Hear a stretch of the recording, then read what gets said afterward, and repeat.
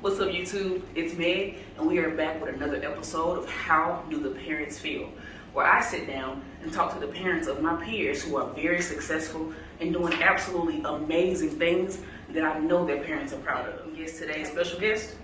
Of course you can, because every single episode is a complete surprise. Today's guest is the mother of Grammy-nominated, Stellar-nominated, Dove Award winner, singer, songwriter, Nate Bean. Lady Victoria Beard. Hey, how y'all doing? My name is First Lady Beard. I'm Nate Bean's mom, and I'm just gonna talk about him a little bit. So let's start big first, and we'll kind of take it back a little bit. Okay. So Nate, in 1 year, has been nominated for Grammy, Stellar, and won a Dove Award. I want to hear about that phone call or that text message that he sent to you when he got the news. But to be honest, he didn't even call me. Oh, Lord. He just texted and he said, "Mom, I've been nominated for," I was like, "What? Mom, I've been nominated for the Stellars." I was like, "What song?" He was like, "All of My Help." I said, "Ricky Dillon?" He was like, "Yeah." But he didn't get all excited. He was like, "Mom." I was like, "Okay." Then the Doves, same thing. He just texted and said, "Mom, I've been nominated for the Doves." I was like, "Man, for real?" He was like, "Mom," I said, "Are you serious?" He said, "I am." I said, "Mom," I said, "I'm so proud of you, Nate. I'm so proud of you." But he don't never call. He just texts. He seems so chill. All the time. All the time. He's like really laid back. He's real laid back. I can see that. He's kind of shy. Y'all can't tell, but he is. He's real laid back. Well, first of all, before we get into the whole interview, thank you for agreeing to be here. We're actually in her church, so a special thank you for allowing us to use your facility. We appreciate that. How you doing today? How's your day? Doing great. Good. Great. So let's start it off. Nate Bean is a singer, songwriter, musician, minister, leader of a group that's been running 18, 19 plus years, friend, but most of all, he's your son.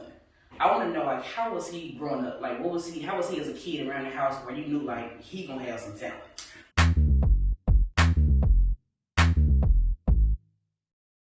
Let's see. It first started when he was about 7 months old. We was at church. He's always moved with music, gospel music, and all of a sudden he started playing a tambourine.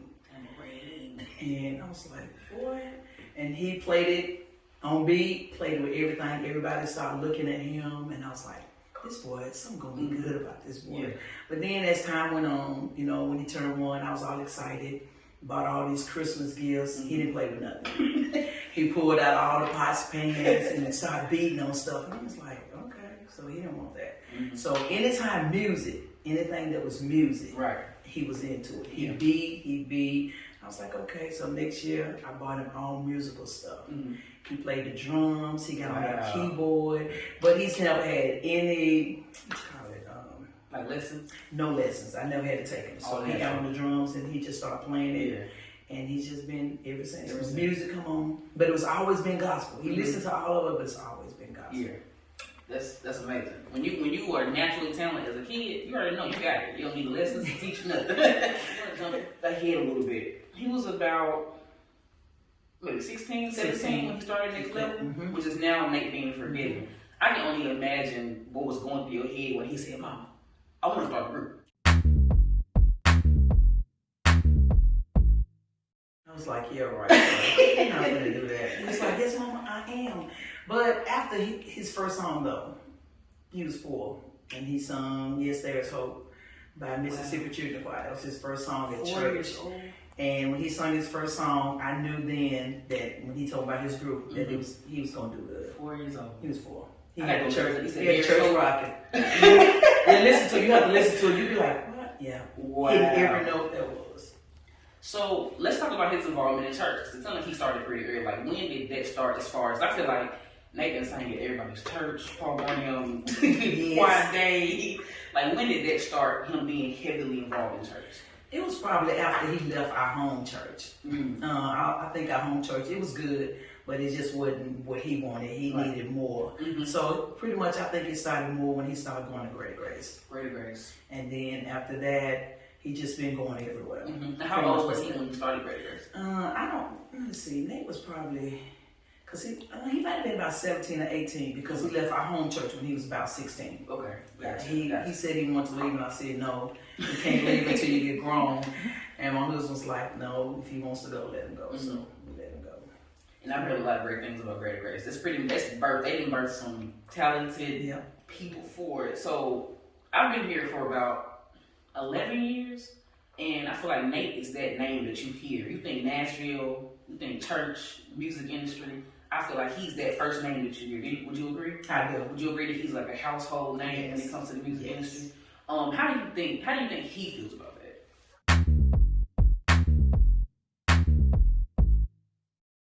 Because I feel like it's a lot of pressure to like maybe. He doesn't. It's okay. He doesn't like to be out front. He likes to be behind the scene. I mean, he likes to sing, but he did say he likes to teach more. So I think he's okay with it, but he don't really like to be out front. Like when he comes to our church here, he likes to just sit back and enjoy it. And if my husband calls him out, he's like, dang, yeah, I just came to. So now when he comes, my husband just say Nate Bean in the house. Right. And everybody's all excited, but we don't ask him to sing because he said he just don't like to be out front. Now, it was the choir in high school, or was it strictly church choir? High school Was choir, and he directed at NSA. And it's like Nashville School of of Arts. Okay. Okay. Yeah, and that's when I saw more and more of his talent. Yeah. So speaking of that, with developing talents, I'm sure he was writing kind of early on, like writing music, writing songs. Like he's written for so many people, produced, sang for so many different artists. Like what goes to your head when you like, my son's gift has touched and changed so many lives?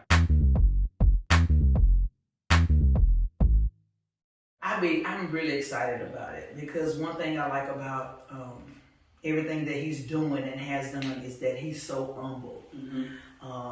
Most people are not humble. Yeah, he's humble, and I haven't seen all the years. I've never seen him with the big head. I've always seen him humble, and he loves people. People is his passion.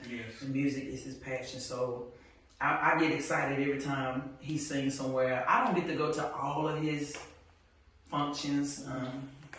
They don't start on time. That or he'd be last. They don't. Yes. Sometimes I can handle the last. I can handle the last, but when he said, "Mama, we start at 7," and then at 7:30, 7:45, mic check. Right. Usually at 8, I text and I'm say, "Hey, son." He knows. I said, "We gone. We're out." He'd be like, "Okay, Mom." Yeah. So let me ask you, but I really want to know: do you know what that first performance was, or just that first moment that kind of like switched gears? Like, oh, Lord have mercy, this is it.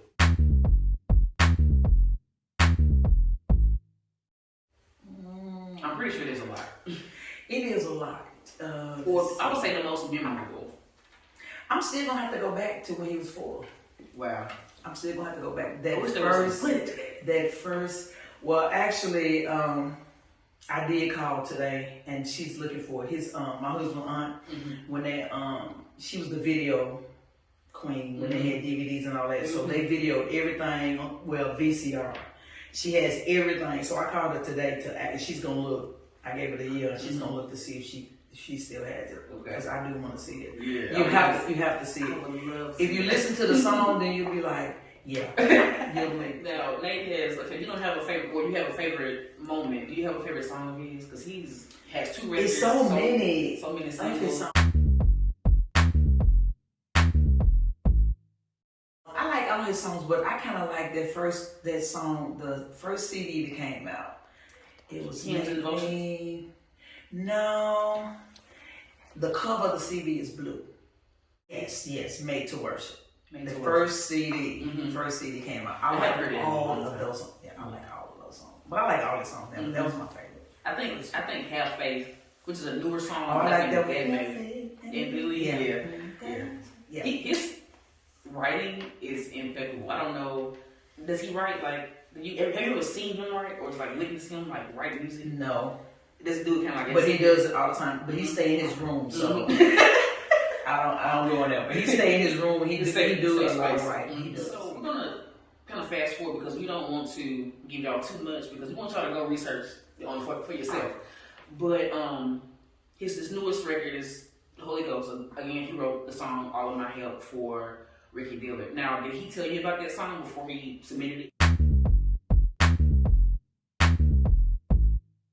About All My Help. Mm-hmm. He did. Did he let you listen to it? He did. Wow. He did. Some parents. Most of his songs, I don't know hear his songs before until he say, "Mama, this is coming out," or "I see this coming out," or this, and then that's when I hear it. Because I didn't even hear All of My Help at all. I feel like Nate is one of those people who celebrates internally. He does. Like, he real happy in the inside, but it's so hard for him to express it. Because when I talk to him about stuff at home, about his songs and stuff, he's just all nonchalant. I'm like, hey, he's like, Mama. I was like, okay. Yeah, But he's excited about it. Yeah, but it's so much for you to be proud about. Like, he has done amazing things. The track record is extensive, y'all. Like, we could be here all day talking about Nate, but I want you, just to wrap it up, just tell him how proud of you are of him and what you plan to see next. I am very, very proud of my son. I don't know what God has for him next, but I know there is something miraculous that's coming up next. I think he's going to have his own. He does write for other people, but I think he's going to have his own production, his own business, his own building, his own everything, where it's going to be his. So, he won't have to worry about going here and there to this and asking. It's going to be his. And I think he's going to be a big producer. And as long as and I think he will, as long as he stay humble and keep God in all of it, it's gonna be good. One thing for sure, he loves Lord. Oh, he does. He knows God. Look, he does. Believe me, he does. He has to get me straight sometimes. He has to get scriptures. Mama, I'm like, okay. Yeah, he does. But I love him. I'm probably more proud than he'll ever know. Now the world will know how the parent feels about her successful son, Nate Bean, the one who's doing amazing things in these streets, gospel artist, recording artist, singer, songwriter, amazing things. Again, thank you for watching How Do Your Parents Feel. Hope you learned something about Nate Bean. Don't forget to like, comment, and subscribe. I thank you for being here. I appreciate it. Both of our first time doing this. I think we did pretty good. And Yeah, that's our first time. See y'all later. Bye.